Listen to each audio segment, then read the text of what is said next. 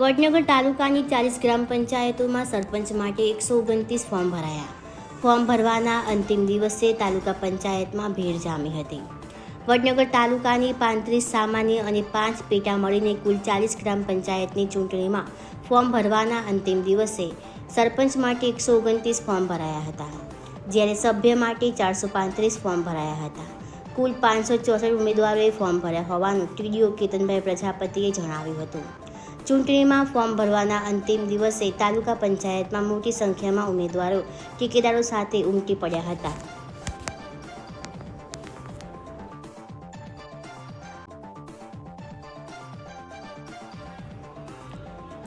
વડનગરની કરબટિયા ગ્રામ પંચાયત સમરસ, મહિલાઓને સુકાન. તાલુકાની 10 ગ્રામ પંચાયતો સમરસ બની, હજુ પણ પ્રયાસો ચાલુ. વડનગર તાલુકાની 35 ગ્રામ પંચાયતોમાં આગામી 22 જૂને ચૂંટણી યોજાવાની છે. તે પહેલાં 10 ગ્રામ પંચાયતો સમરસ બની છે, જેમાં કરબટિયામાં ચાલુ વર્ષે સર્વ ગ્રામજનોની સર્વસંમતિથી સરપંચ તરીકે અમીબેન આનંદભાઈ દેસાઈની બિનહરીફ વરણી કરાઈ છે. તેમજ તમામ મહિલા સભ્યો સુકાન સંભાળશે.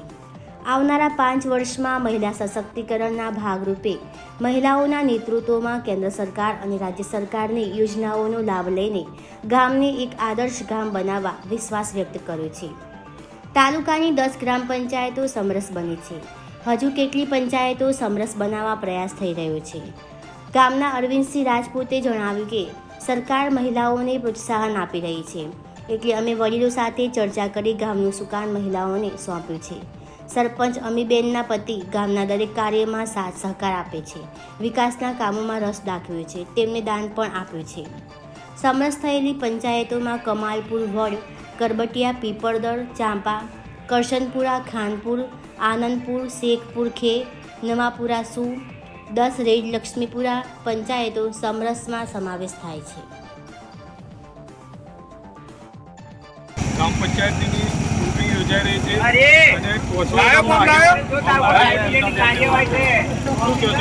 અત્યારે ગ્રામ પંચાયતની ચૂંટણી યોજાઈ રહી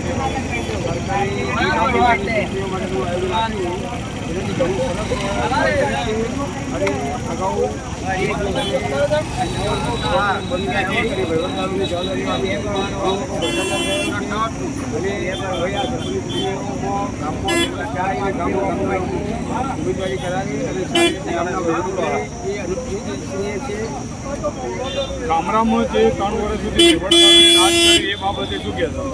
એ લોકોએ ખરેખર ગામડામાં ભ્રષ્ટાચાર ચલાવ્યો છે. ગામડાનો વિકાસ કેવો છે અત્યાર સુધી? 3 વર્ષમાં કોઈ વ્યવસ્થાથી વિકાસ થયો નથી ગામડામાં. હા, શું નામ છે તમારું? મારું નામ પણ સુમાભાઈ શંકરદાસ, ગ્રામ સરસ્વા.